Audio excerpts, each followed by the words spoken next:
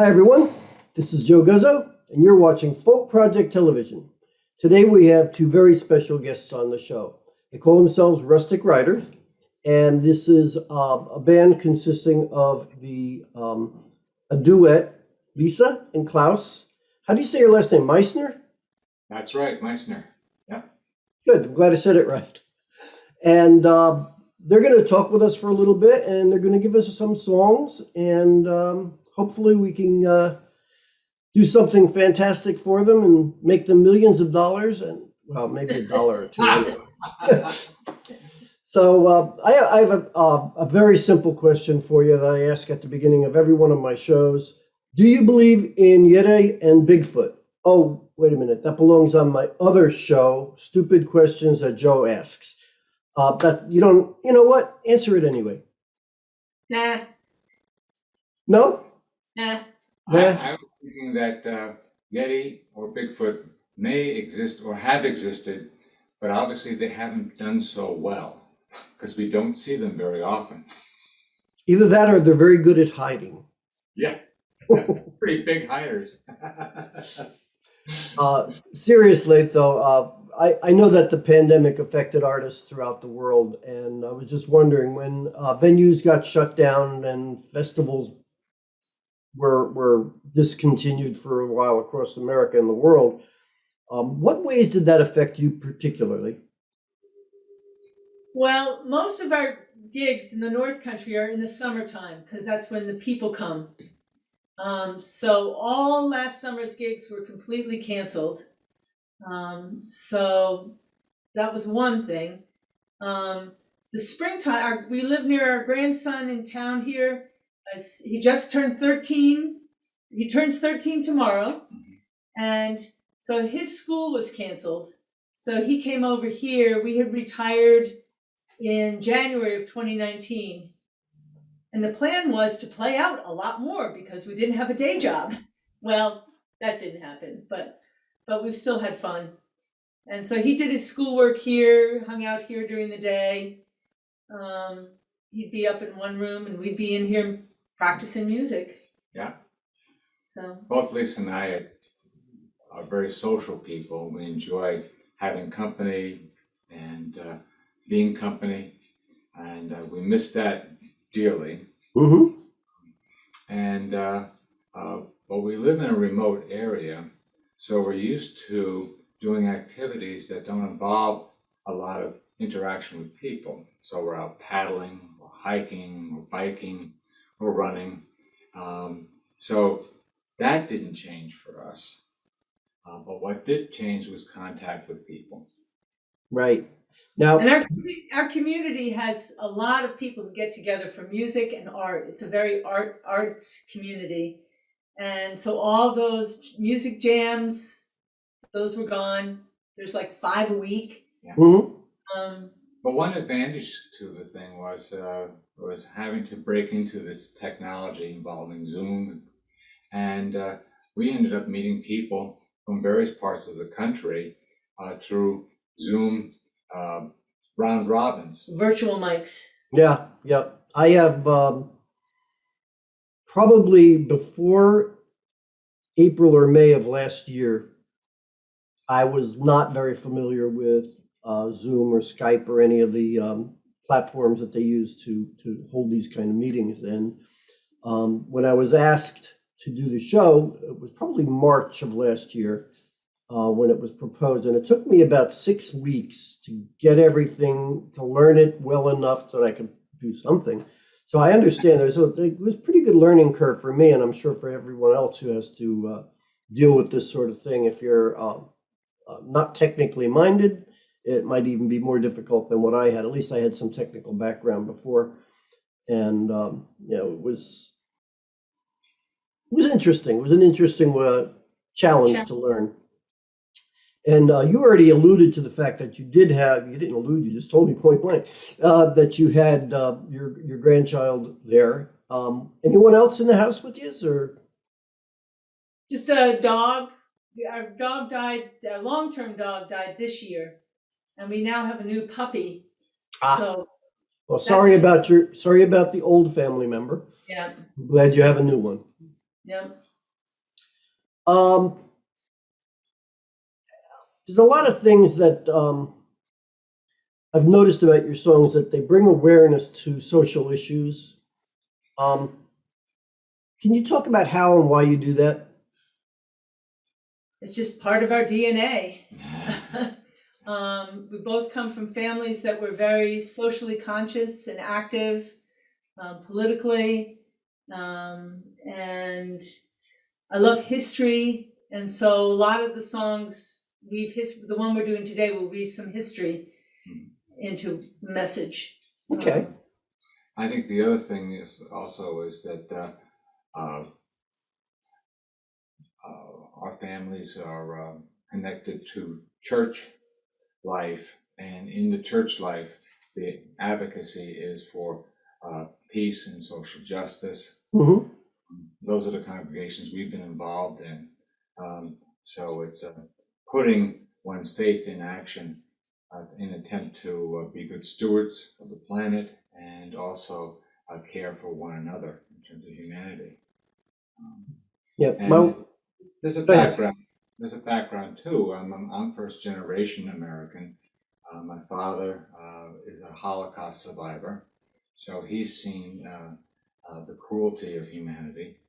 And my mother's family are Spanish Puerto Ricans, and they were very warm, inviting people.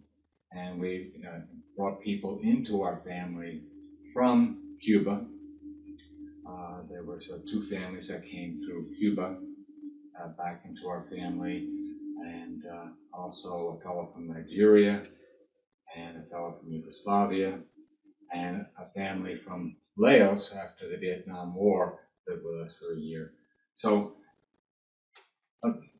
you get a feel for what other people have gone through, and you reach out and give them a hand. Right. We just see too little of that today, don't we? Yeah.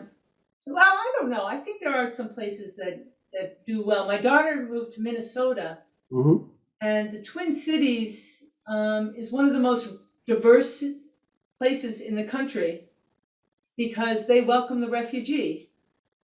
I mean, they are set up to welcome refugees. I mean, it's like they got all the infrastructure they have. This is just, and again, I think that comes out of faith Mm-hmm. for most of the folks there.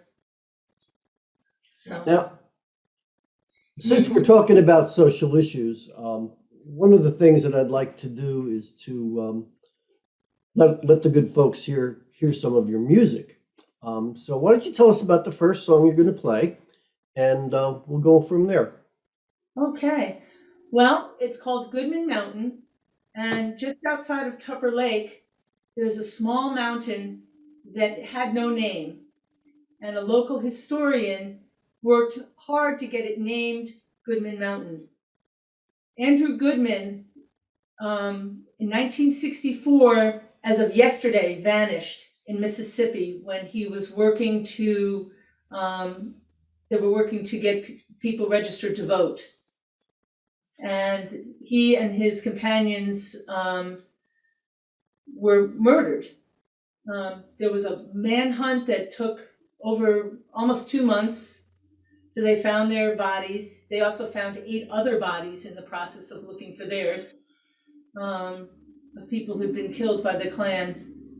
And so he was successful. It's named Goodman Mountain, and it's a mountain that the local kids climb from school. It's just something that they do. What's the movie that has that? Mississippi Burning. Right. Ah, That's the okay. story of that. But and there's also John Brown is buried in Lake Placid near us, and there's a group called John Brown Lives. Okay, I should probably take and let people know where you live. Right. you- Yeah, we're in Saranac Lake. We're in the northern Adirondacks. So, and most of my songs, again, this is what I miss most because you can't do this on Zoom. You sing along. So if people are watching, they can sing along because they won't even have to mute because it'll be recorded.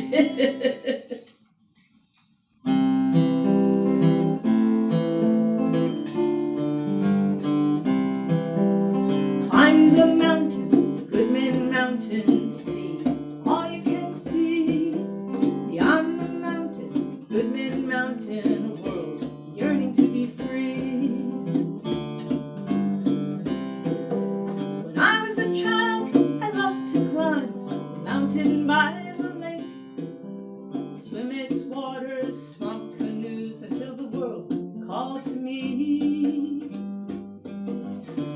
Climb the mountain, Goodman Mountain, see all you can see. Beyond the mountain, Goodman Mountain, a world yearning to be free. First we learned how to fight hatred with the power of love. We learned how to stay strong when they tried to beat us down. Climb the mountain, Goodman Mountain, see all you can see. Beyond the mountain, Goodman Mountain, a world yearning to be free. On the ride to the south, we were determined and scared. Sent a postcard to my folks, arrived safely, welcomed here. Climb the mountain, Goodman Mountain, see all you can see. Beyond the mountain, Goodman Mountain, a world yearning to be free. Killed our bodies, but not our souls. Goodman, Schwerner, Cheney. We live on every time you fight for the right of people to be free. Climb the mountain, Goodman Mountain, see all you can see. Beyond the mountain, Goodman Mountain, a world yearning to be free. Climb the mountain, Goodman Mountain, see all you can see. Beyond the mountain, Goodman Mountain, a world yearning to be free. World yearning to be free.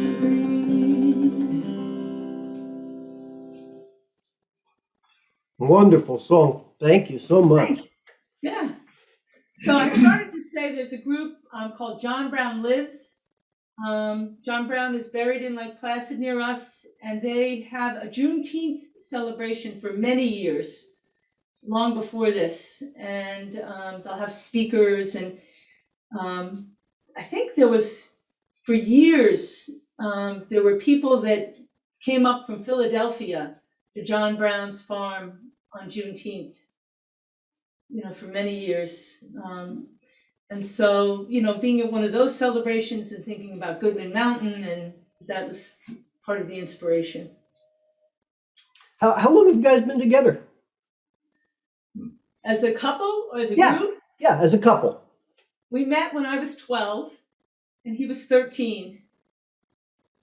And then we became formally a couple in 1978. Yes.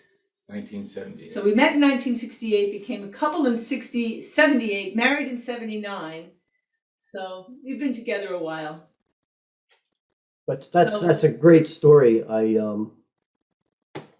My wife, whom you met earlier before we started the recording of the show, we both met in high school and lost track of each other for 40 years. No kidding. Wow. And circumstances brought us back together as far as we spoke to each other briefly.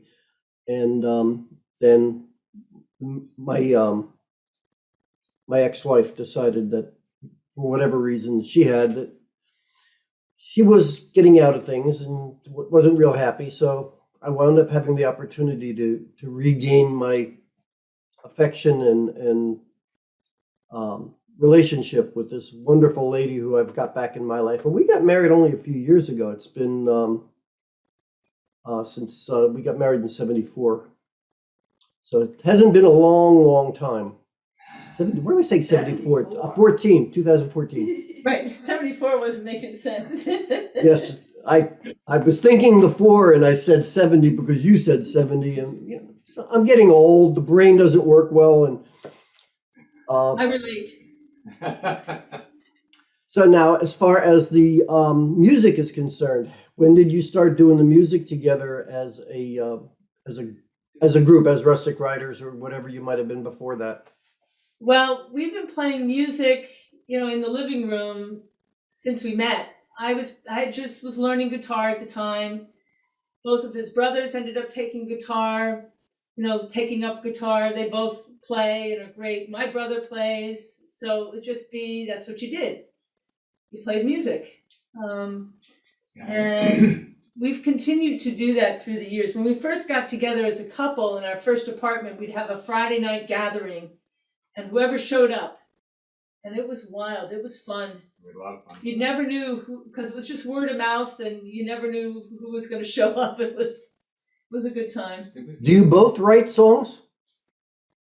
No, I didn't write songs till he made this beautiful guitar. That is very, very nice. So the wood, the top is Adirondack spruce and was logged about 10 miles from where we lived for 40 years outside of town.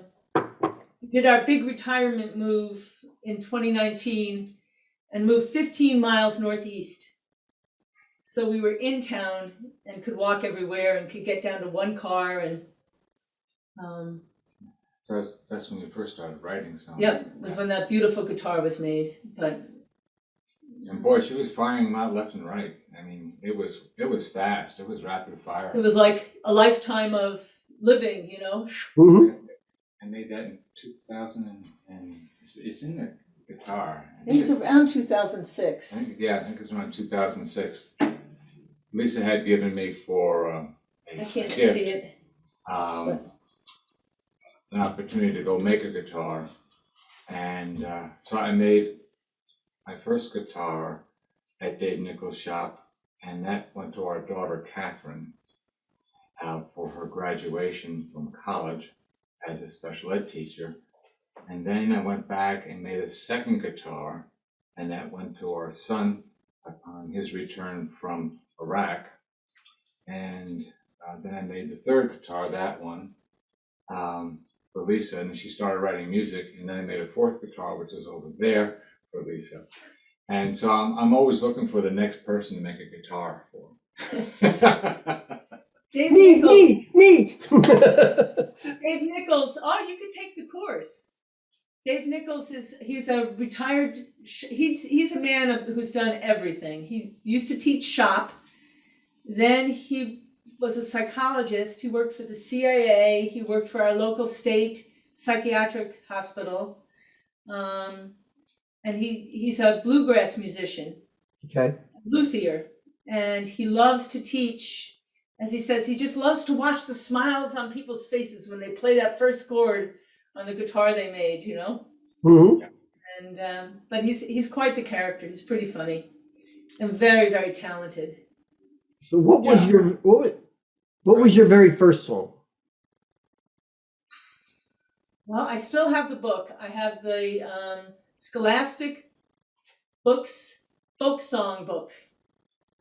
So from the 60s. And I think it might have been, I learned In the Pines, Drill You Terriers Drill, All My Trials, you know, the 60s folk songs, you know.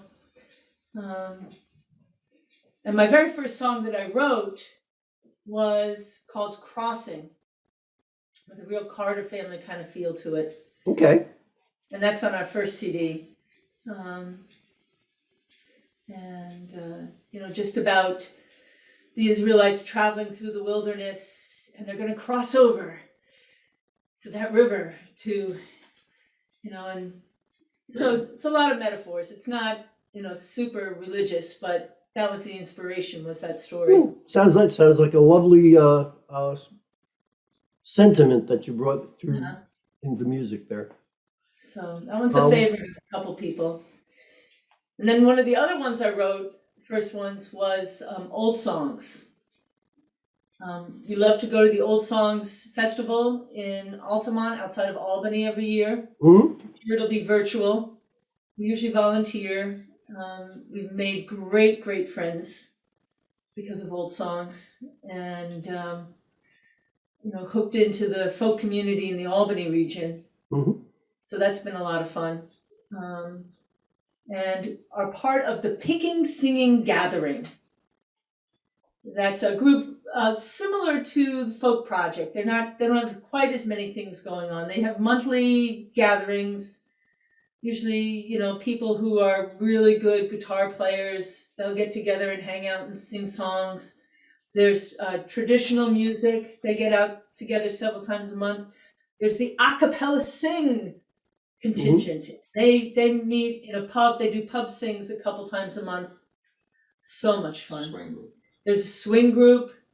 And then they have 2 festivals a year. So we usually make it to the festivals. And they also do a once a month gathering with Rise Up singing songs. And Yeah, we were so well received and woven into that group, and just feel like part of the family. Next thing you know, we're both on the board. Sounds like me. That's how I got involved in the board on the folk project. yeah, Right. So but it's now they have 2 festivals. I just go want to ahead. give a plug for the festivals. There's the May one is the Gotta Get Gone, That's Memorial Day weekend. Memorial Day weekend, and they usually hire 4 acts. And a requirement of the acts is that they jam with people also. And workshops. And then they have some workshops, but mostly it's a lot of playing music, and there's kids all over the place. It's really nice. It's chock full of kids, and people of all ages, from infants to late 80s, 90s. It's really great. And then Labor Day weekend is the last gasp. And that one, there's no hired acts. It's just everybody hanging around playing music. The only organized thing is usually a cappella sing on Saturday night, a pub sing Nice. by the fire. So, and the next song actually was inspired by some of that experience. Oh, Oh, listen. I know you have a new album coming out, a new CD. Why don't you tell us a little bit about that, the name of it and all? Okay, it's called Nothing's Too Hard, and we'll play the title song before we go today. And it's it's our most Adirondack-y CD. A lot of songs about places and people that we know. We've got a song about loons, song about black flies. Insidious little things, aren't they? Oh yeah. And just lots of people that we've known. I mean, our other CDs have a song or 2 or 3 that are very Adirondack inspired, but this one, most of the songs are Adirondack inspired. It's just, we grew up on Long Island in Northport on the North Shore, which at the time we grew up still had a lot of woods and places to explore, a lot of farmland still, but that really changed, and it was just not our style. And when we found a job for Klaus in Tupper Lake, within a month we were gone. The ad was in the New York Times. He applied. We got a call back. He did an interview, and within a month from sending out that application, we moved. With our son was 7 months old at the time. And my favorite story about that move is I knew I was in the right place. Well, 2 stories. I knew I was in the right place when I'm stopped at the stoplight and I'm just checking out what's around, I'm looking all around, and I realized I went through that the light changed to green and changed back to red and changed back to green. The person behind me didn't honk. There was no beep. Wow. In Long Island, it'd be like the second the light turned, somebody would have been honking to get moving. Get going. Same thing here where I am. The other thing, that first month, I'm standing at the kitchen sink washing dishes, and somebody's driving on the road, and they wave. Cool. That's So really we're in the cool. right place. Yeah, the only thing that could wave to me on my kitchen sink is a squirrel. Yeah. 'Cause we have, my window looks out. We have trees out here, and it's now music is really important, obviously, in your lives. Is there any specific piece of it that gives it weight? That why you just so bound and determined to keep making this music? I think it's just part of the soul, that it's when I sing, when I make music, when I create, when we do this together, it's just binds you. When we sing with people, in concerts, it's just just a glorious feeling of unity and connection. And my mom was a professional singer, so I just grew up. Music was an integral part of our day. Wow, that sounds. Yeah, it's funny you talk about your mom just now. You mentioned your mom, and it just popped into my head that my mom passed away a few years ago, and before she died, well, right after she died, actually, we started going through some of her things, and we found a reference to a chorus that she had belonged to, a woman's chorus, in her retirement community down in Florida, and they went to Greece and sang on the steps of the Acropolis. Whoa, very cool. And I mean, none of us kids knew. We had no clue. So, it's funny how these things, years later, we've come to find out, there's so much drama in certain people's lives or so many strange things happening. And I'm still learning things about my dad that I never knew before. My sister just found out about them, or she just told us about them. And she shared it with me recently. And it's like, wow, mom and dad were a lot more complicated than I thought. So, what's first when you write a song? Music or the lyric? It could be either. Sometimes it's a line that comes to me. There's a song on the new album, Left Behind, that I was closing the garage door and I'm the one that's left behind, but I don't really mind. I love my life and where I live. Mhm. And it just came, and then I was I was going down to Long Lake, about 25 miles from our house, because I'd left my coat behind. So all that trip down and back, I played with melody and lyrics, and by the time I got back, I had most of the song. But I did a lot of running for a lot of years, ran a lot of marathons. Mhm. Great time to write songs, and mostly I'd have a working melody, what I call. I'd have a melody to help figure out the words, and sometimes I stayed and sometimes it changed. It really depends. Once in a while it's a melody that starts first, but usually it's words. Okay. Since you do have words and music going through your head, why don't you give us another song? I can do that. Tell us a little bit about it. So this one's called Listen. And this one, I woke up in the field at the Gotta Get Gone. And you fall asleep to music, you wake up to music. And I'm waking up in my tent in the field, and somebody's playing gorgeous fiddle. And then somebody else is playing the piano, I think one of the kids. And then some a cappella singers are singing. And so these words just came to me. Every song has a story, every story has a song, every song must be sung as we move along. And then listen, listen, listen well. Hear the stories no human tongue can tell. Listen, listen, listen well. Hear the music ringing in the air. So, and there's also a reference in the second verse to voices singing in the dark. And the a cappella sing on Sunday night is in an old, in a barn, it's a county fairground barn, and there's one little light in the middle, so it's very kind of dark, and 80 voices just rising up. It's really spectacular.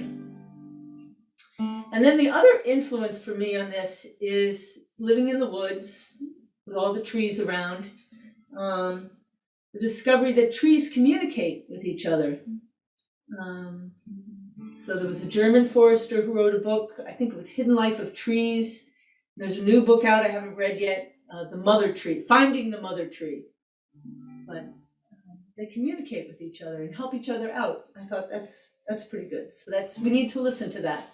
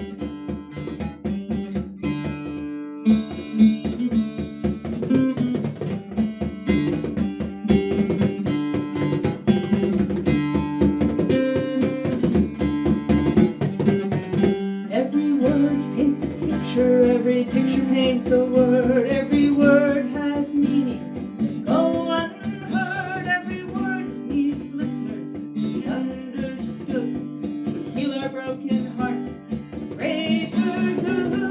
Listen, listen, listen well, hear the stories no human tongue can tell. Listen, listen, listen well, hear the music ringing everywhere.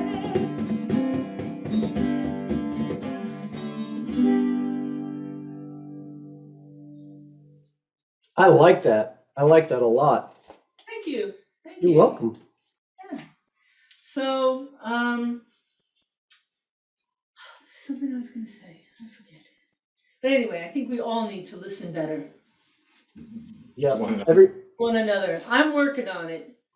That was our profession, but I still need to work on it. Yeah, I worked for IBM for years, and during my years there, one of the most difficult skills I had to learn was to shut my mouth and listen.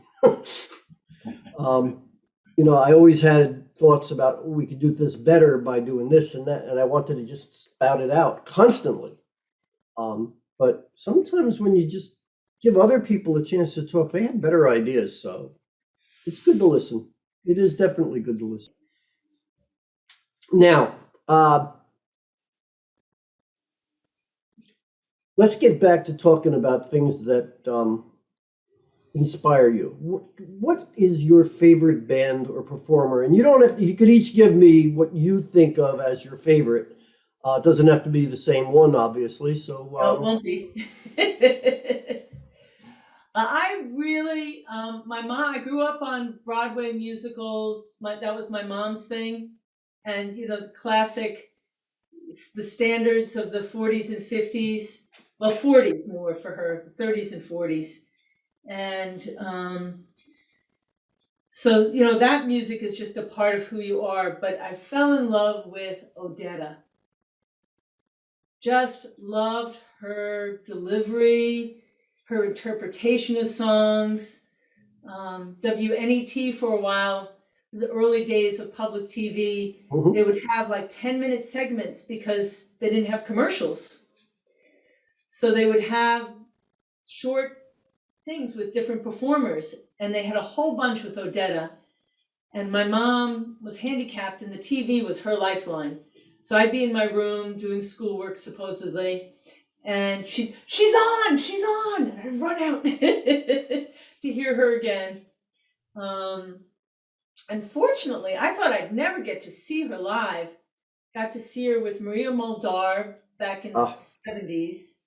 And then she played at a very, very small venue in Blue Mountain Lake. Holds maybe 100 people. Very intimate. Oh my goodness, was that fantastic. I died and went to heaven. Sweet Honey in the Rock. I really love them. Joni Mitchell, of course, and Judy Collins. Those are probably my favorite. Oh, and and Pete Seeger. But I had never seen him except in demonstrations. I had heard him maybe 10 times before I got to see him in concert.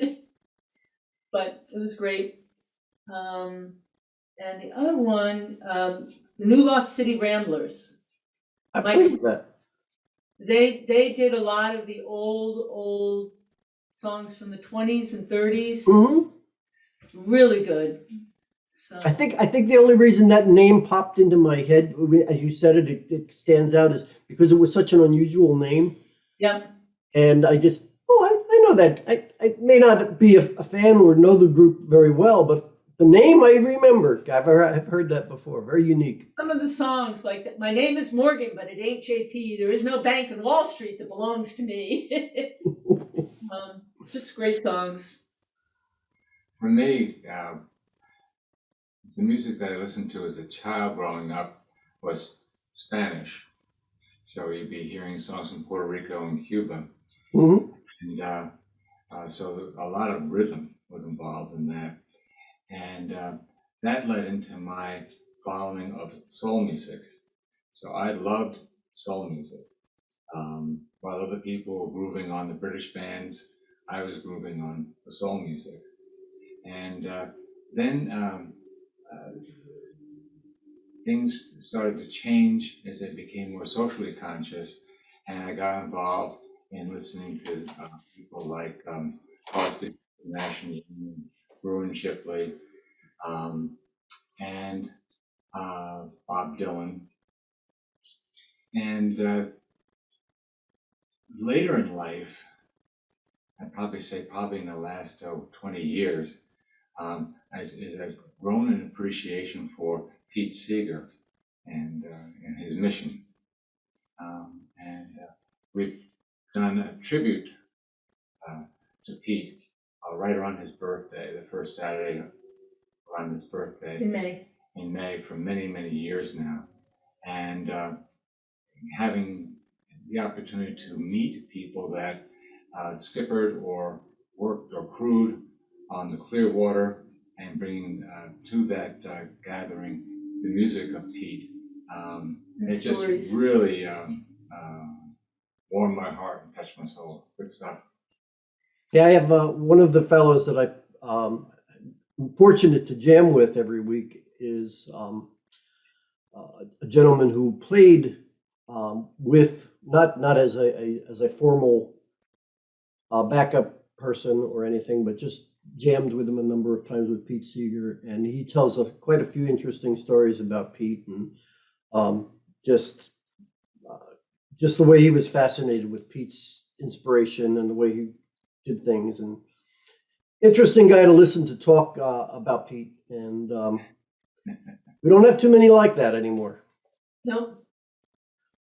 So if you could pick anyone out of history, anyone at all, live, dead, otherwise, and they could sit with you and jam, or you could perform on stage with them or anything else, who would you pick? Well, why don't we let Klaus go first this time? Well, I think I picked Pete Seeger because I know in jamming with Pete and singing with Pete, of course, Pete made it easy to sing with him, is that there'd be conversations about the songs that we just sang or about to sing. And those conversations would center around social justice issues. Mm-hmm.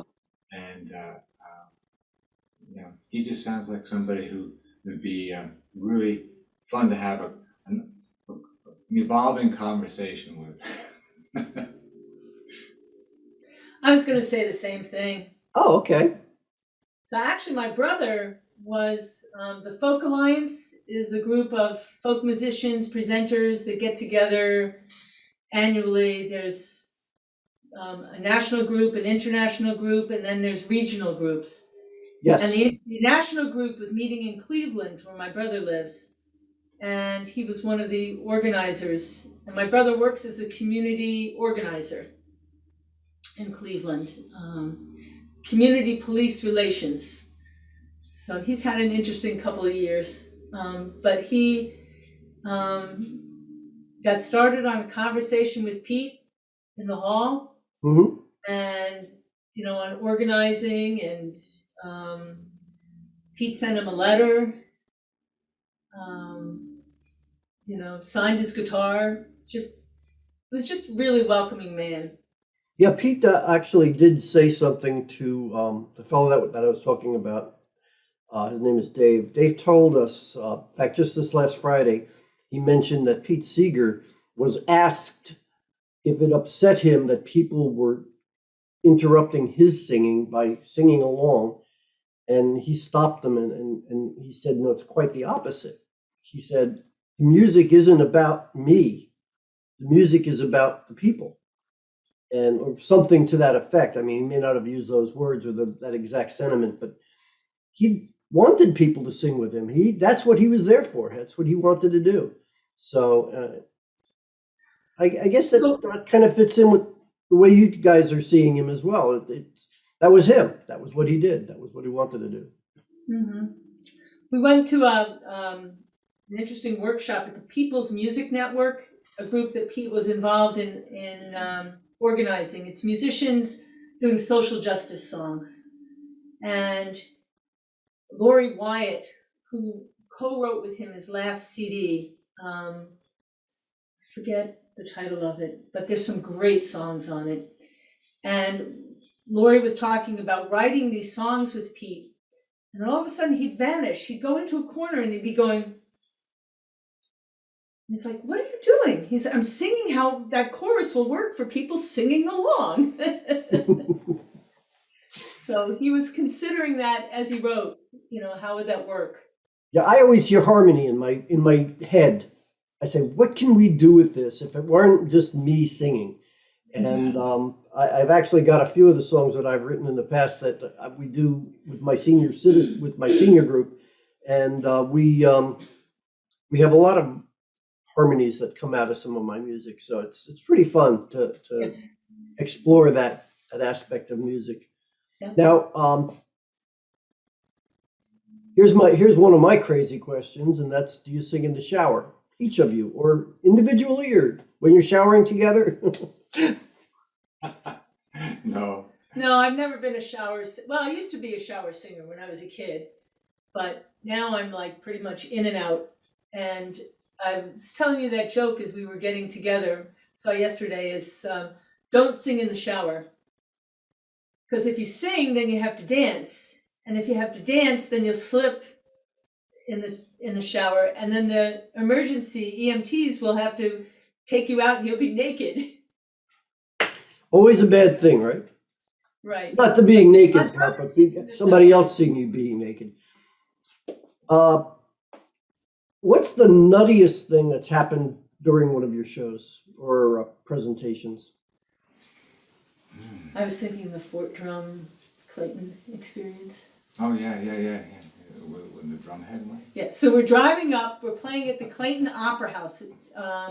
All across the North Country, there were these opera houses where traveling musicians would play, and they have great acoustics.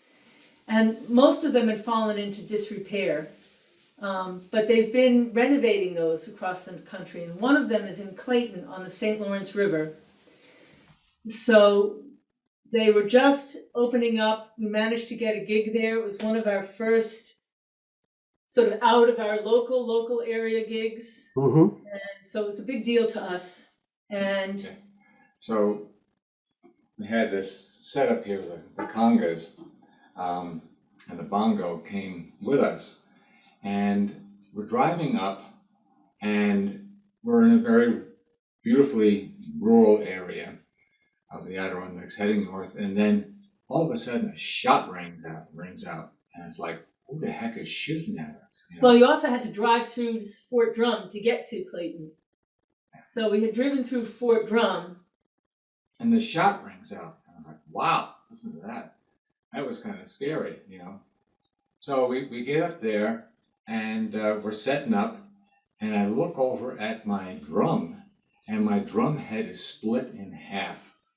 The cowhide or pig hide or whatever it's made out of, goat skin, has just ripped in two. Apparently the drum head was too close to a heater vent. And as the warm air dried it out, it became tighter and tighter, and then Exploded. snapped like a sound of a gun going off. Just coincidental that it was at the time you're driving through the fort. Right, yeah. So it was also the first time we played on a raked stage. So a raked stage is on an angle Mm-hmm. for vaudeville so that people could see the dancers' feet As they danced. Yeah. as they dance. The seats are all flat because it's multi-purpose room. They use it as a gym, they use it as a meeting room, and it's a stage, you know. So I didn't realize this, and I was playing, we had a third person playing, and when I have a third person, I'll often bring the cello and do harmonies on the cello. And so I sit down with the cello, and it's going down like that, because the stage goes like this, so I had to stick the end pin out quite a bit longer. So that was fun. How many instruments do you play? I don't play any of them well, but That's not that doesn't count.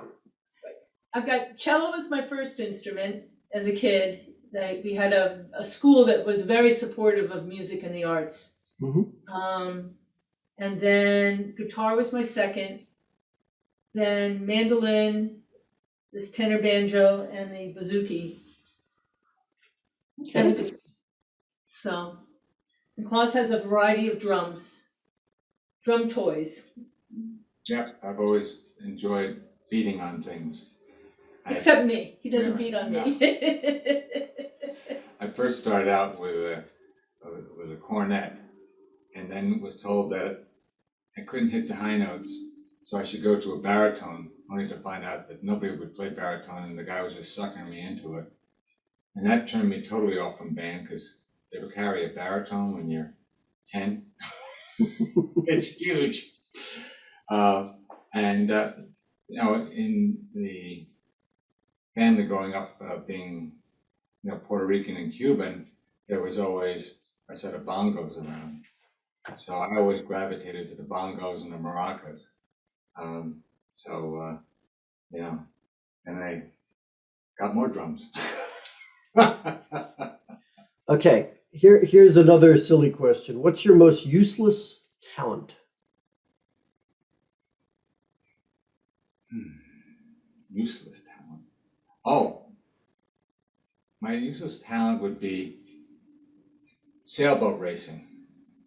Because you start at the start line, you go around 3 pins, and you end up where you started. And I had a good talent in that I could do that very well, but it's absolutely useless. But you had fun. I had a ball. How about you, Lisa? I'm trying to think. In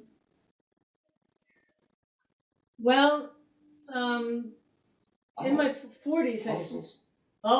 Jigsaw puzzles, crossword puzzles, puzzles. I just like puzzles. Okay, that's fair. That's fair. So I have a series that I do every day. There's some short ones that take like a minute or two. So I have the one I do right before bed, and the goal is to do it under a minute. And then there's the 2 I do in the morning, and those take about maybe 10, 15 minutes.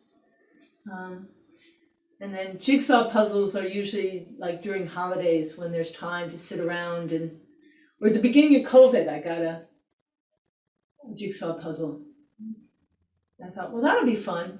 You could have had a 1 million piece jigsaw puzzle to work on, and we've been locked down for so long, you're probably just getting it done now.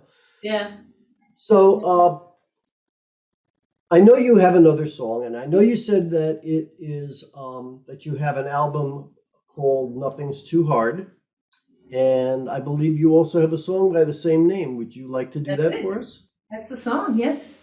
And here's one of our Adirondack people-inspired songs. So for almost 40 years, we lived in a place called Corey's, which is halfway between Tupper and Saranac Lakes. And it's the western edge, the entrance to the western high peaks. So you could go down our road for 40 miles before you hit another road, go through the woods. The road was like 10 miles long from our house. Mm-hmm. And I'd run that a lot. But we had a neighbor who, when he died, he was 104. But he'd grown up in Corey's. So talk about talking to someone with lots of stories. Oh my goodness. Clarence, they lived, dad was a guide and a hunter, fisher, trapper. Mom ran the little post office and a little store. There was a little first through 8th grade school. And initially they lived in a tent in state land. They were squatters. And the state finally said, this is state land, you can't live here. So they moved to Corey's. And just a fascinating man. He grew up to be one of the leading people in the environmental movement in our region. He probably has walked every inch of the Adirondacks. He mapped it by air. He learned to fly a plane as a pilot in World War II. Yeah, and in mapping, what we're talking about there is that sections of the wilderness that are owned by all of us in New York are designated for certain types of activities. So there's very few equestrian regions within the park. There are areas that are primitive or areas that are designated wilderness. And depending upon what area, it determines what you can do in it. So you can walk in this, you can bike over here, you could ride a horse over there. It all depends upon how it's mapped out. And so Clarence was very involved in doing that. And he was on many different boards involving people who were dedicated to preserving the environment and restoring what man had almost destroyed when they raped the land here. Right. For lumber. And iron. The iron girders that built New York City came from here. That's where the ore came from. Well, So, but he loved to say that people would give him compliments in terms of how much he had done. I mean, coming from nothing to being one of the lead environmentalists in the state and in the country. His obituary was in the New York Times. And he would say, well, it's thanks to my mother. And his mother had an interesting story too, because she made him go to school. When they finished 8th grade in Corey's, they had to go to high school in Saranac Lake, which was 15 miles through the woods. There were no roads back then. So through the woods, year round, they would go on Sunday night, board in town, room and board, and then come home Friday night, set traps on the way in, see what they caught on the way home, and that's then helped pay for school. I mean, they lived a subsistence life. I mean, these guys must have really moved through the woods, because 15 miles, if you're just hiking, that's going to take you 6 hours.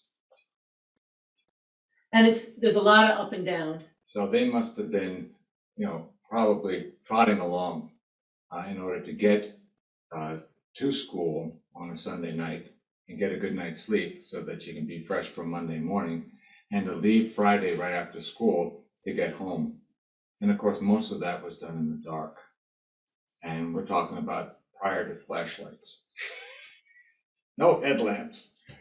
Anyway, very interesting people. So I really wanted to write a song about Catherine, his mother, and Clarence. So here it is. Nothing's too hard. Oh, one other interesting fact about Catherine is she had a camera. Now, we're not talking about, your cell phone camera that you just pull it out of your pocket. We're talking about cameras in the early 1900s were big and clumsy. All the supplies were expensive. And these were people who didn't have anything, but she documented their life, which was really cool. Clarence was born 1905. A century later, he was still alive. As a child lived in a squatter's camp, not far from where he died. In between, he traveled the whole world wide.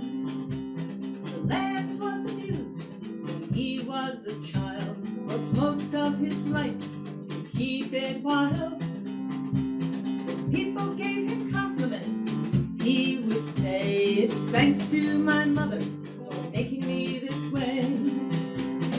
Confidence and fortitude, nothing's too hard. What's another mile when we've come this far? Patience and vision will see it through. With laughter and hope, do what we must do. Catherine left her family when she was only 10. Fended for herself till Mrs. Cobb took her in. No one knows what happened or why she left. Somehow she made her way to the Adirondacks. At Bartlett County, Catherine met her mate.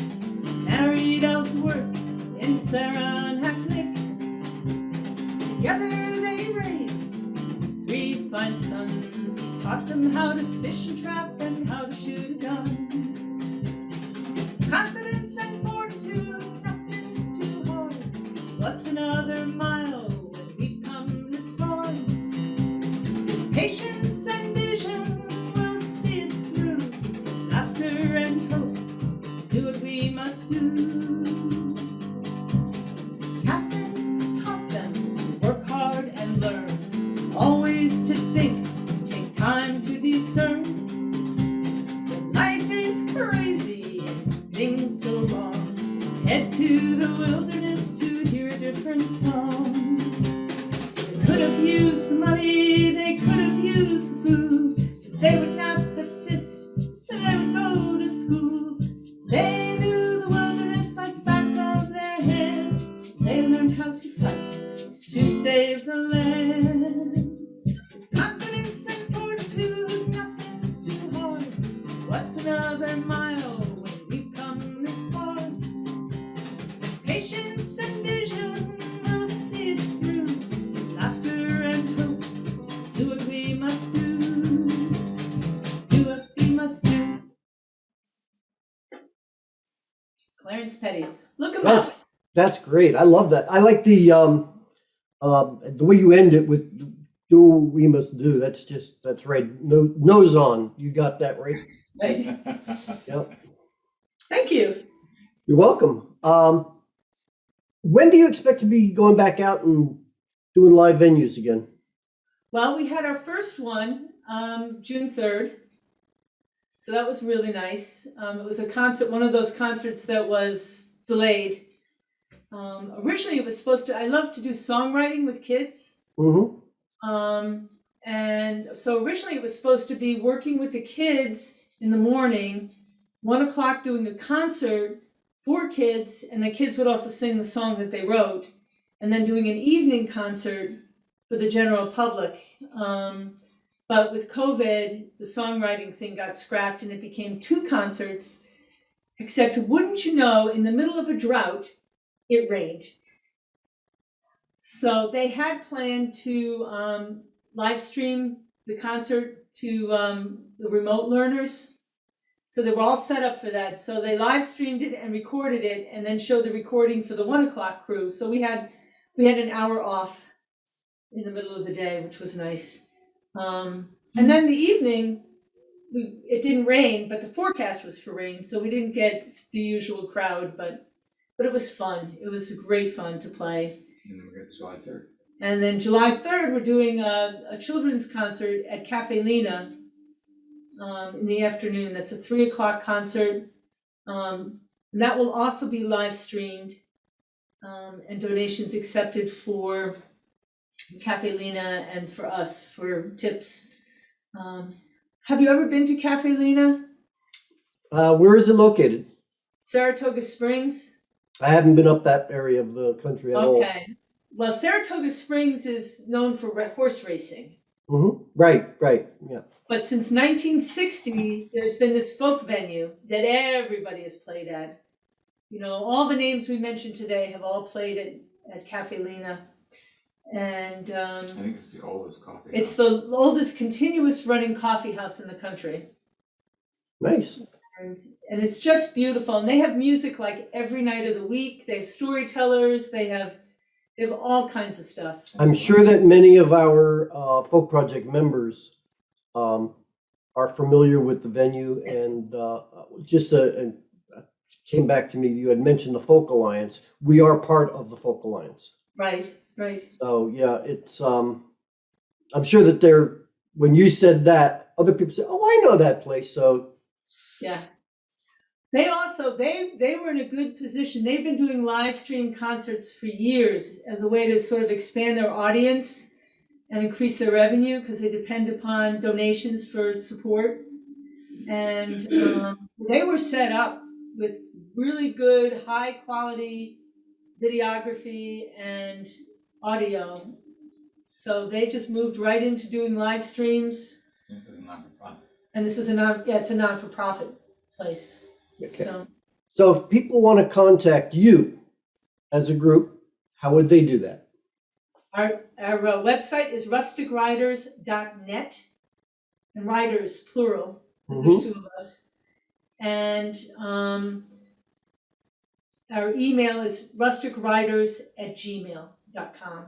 Okay, and you have a way that I can get our good members to donate to you? Sure. I think I sent you those links. So I don't remember what they are off the top of my head. I had to look in. I think the only thing I saw was a PayPal link, Right, there's a PayPal link. and that did work. I did look at it, so. Okay, great. And that's going to be up on the screen right here under my fingers. Okay, so you can tip us there and help pay for more music. That's right. And I guess we're coming to the end of our time together today. And what I'd like you to do is, if you have anything you want to say to our viewers, or any comments, words of wisdom, kind wishes that you might have. I'd like to say a kind wish to Dan Duggan, who has produced our albums. Four of them. And he plays a variety of different instruments on our albums, which allows Lisa the freedom to sing and express herself without holding a guitar in her hand. And Dan has done all four of our albums through S. Brown Studios, and he, in his own right, is a marvelous performer and member of many folk organizations. So thanks to Dan. Yeah, big thanks to Dan. We would not be still doing this without Dan. He's really, I've learned and grown so much in songwriting and arranging and thinking about the presentation. We are indebted to Dan Duggan. So if you get a chance to listen to, he's a hammered dulcimer player, also guitarist and banjo and piano and just very creative, good wit, good soul. Well, hopefully we'll get to see you live locally, for us locally. We'd love to. At some time, and maybe we can get you to the getaway over our twice a year getaways once they start up again. I don't know when that'll be. I'm not sure if they're thinking about doing it in the fall of this year or if they're going to wait till the spring of next year. Right. But I know that we're starting to do some open venues, and we do it. Actually, it's up in New York State, and it's still a hefty ride for you guys coming down to where we have it. Right. Probably about the same amount of driving as for me to go up there from where I'm living. But it's a wonderful weekend, and we have a lot of great musicians there. A lot of jams going on. There's a lot of workshops going on. Same kind of thing that you were talking about at some of the events that you spoke of. The PSG, the Picking Singing Gathering. Yep. Right. So we basically do the same sorts of things, except we always do have paid performers there as well. I remember the last one we had, we even had someone from Ireland, and guy told some great stories and very entertaining, and his music was just to die for. Really great stuff. So, any other last minute words? I'm just so grateful that there are so many organizations like yours that bring people together so they have an opportunity to be in fellowship. It's great. It's good for your brain too. I actually did this past weekend on my show. I talked about some research that was done by neuroscientists, and the doing music together like we do is just so good for the human psyche. Something we should try to do all the time, and hopefully we encourage people by shows like ours and events and venues like the ones you use to display your music and talents. So thank you so much for being on our show. Well, thank you for doing this, Joe. This is Great. wonderful. Hopefully we get you some more new fans, or remind old fans that you're out there still doing music, and Yep. We'll hopefully generate a penny or two for you in your That'd be tip jar. nice. That'd be And nice. since everything that you did is original music, we don't have to worry about copyrights. That's right. That's right. So you have a wonderful day, and we will talk again. And hopefully, like I said, we'll see you at some event in the near future. That would be great. wonderful. Great. Take Thanks good again. care. Bye, Thanks. Joe. Bye. Bye. Well, that's it for today's show. I hope you enjoyed our visit with the Rustic Riders. Now, next 2 weeks from now, we're going to have another guest, and it's Robert Bidney. And Robert, in fact, you can see right here over my shoulder, his website. He'll be talking with us and giving us some of his music, some of which is original music that no one's heard before. Some new stuff that is going to come out on his new album. So you'll definitely want to be here for that. Until we do meet again, however, I would like you to take care of yourselves, just like I've been telling you for 16 months, 15 months, whatever it's been. The pandemic's still going on, and despite the inoculations that we are getting, and despite all the things that we're hearing, no one knows for sure how we're going to respond to the latest variants. So just play it safe. Everyone be well. Keep that music in your heart. And in fact, keep peace in your heart as well. Until then, have a great 2 weeks. We'll talk to you then. Bye-bye.